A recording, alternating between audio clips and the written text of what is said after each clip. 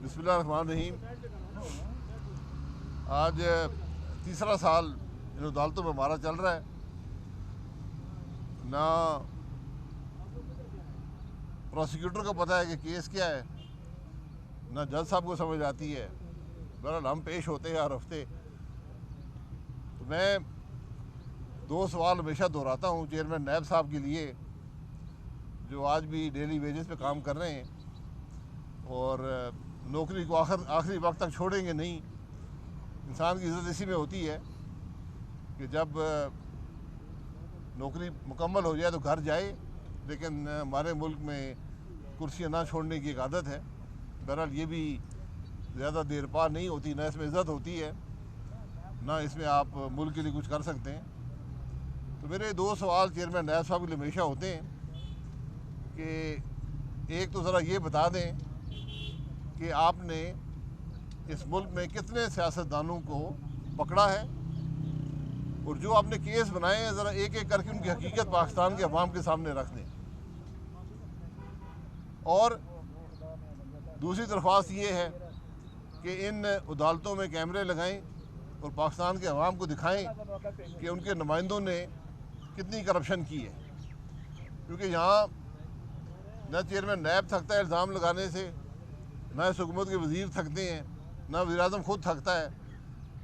जिस वज़ीर-ए-आज़म ने मुल्क के अंदर मईशत को तबाह कर दिया हो, आवाम को महंगाई के बोझ तले दबा दिया हो, आज वो कोई अपनी हुकूमत का दिफा करने से कासिर है। सिर्फ उसके भी ये इल्ज़ाम होते हैं कि मैं किसी को छोड़ूंगा नहीं। तो मैं चेयरमैन नैब साहब से पूछूंगा कि ज़रा आवाम को बताएं कि आपके पास कौन सी करप्शन के सबूत हैं, कौन से केस आपने बनाए हैं। और मेरी इमरान खान साहब से, इनके वज़ीरों से जो रोज़ प्रेस कॉन्फ्रेंसें करते हैं, कि आप भी ज़रा बता दें कि आप जो ये गैर कानूनी ओहदों पर बैठे हुए हैं, इनकी क्या हैसियत है। और मैं ये ज़रूर पूछूंगा कि ये जो इस हुकूमत के करप्शन के केस हैं, जिसकी कोई इंतहा नहीं है, हर रोज़ एक नया केस आता है, वो चेयरमैन नैब को नज़र नहीं आते। तो ये इन सवालात का जवाब आपको एक दिन देना पड़ेगा।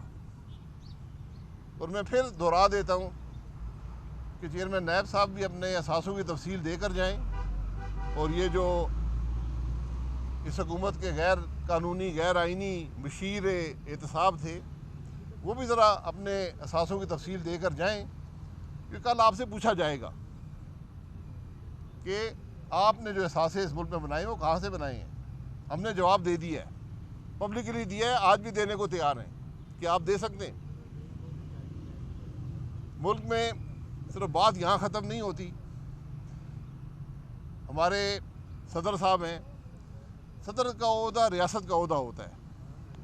बदकिस्मती से वो आज हुकूमत के एक डेली वेज के मुलाजिम के तौर पर काम करते हैं। रात को कोई ऑर्डिनेंस आए उसको साइन करके भेज देते हैं। अब एक ऑर्डिनेंस आया है जिसके तहत अगर आप फेक न्यूज़ करेंगे तो आपको हुकूमत अंदर कर देगी और आपकी बेल भी नहीं हो पाएगी। इसकी क्या ज़रूरत है ये अल्लाह ही बेहतर जानता है, लेकिन ये अवाम की आवाज़ दबाने, ये हक़ की आवाज़ दबाने का एक और ज़रिया है। लेकिन ये चीज़ें कभी चलती नहीं हैं, ना ये चलेंगी, ना आज चली है ना कल चलेंगी। तो ये हुकूमत जिसने जमहूरियत को तबाह किया, जिसने पार्लिमान को ख़त्म कर दिया, आज मीडिया की आवाज़, अवाम की आवाज़ दबाने के लिए हर कोशिश कर रही है। उसका एक नमूना आपने मोहसिन बेग साहब की सूरत में देखा है। अभी ये कानून नहीं था, इस हुकूमत का रवैया, इसके अमाल आपने देखे हैं। लेकिन इन सब चीज़ों का हिसाब कल आपको देना होगा। और मेरी DGFIA, ये IG पुलिस जो सूबों के हैं, इस्लामाबाद के हैं, इनसे गुजारिश है कि इस हुकूमत के जिसके दिन थोड़े हैं, इसके गैर कानूनी गैर आइनी अमाल में शरीक मत हों, वरना कल नुकसान आपका होगा।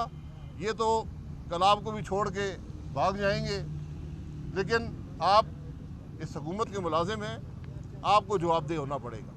जनाब, ऑल इज वेल घबराने की जरूरत नहीं, तो उसके ऊपर आपका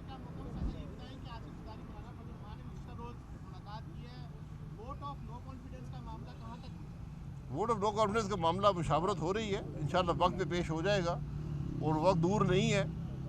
तो बिल्कुल इमरान खान साहब ठीक कहते हैं कि घबराए नहीं। उन्होंने अवाम को भी कहा था, तो अवाम तो घबरा गए। तो मेरे ख्याल अवाम को भी कहा था, तो अवाम तो घबरा गए। तो मेरे ख्याल अब इमरान खान के घबराने के दिन है।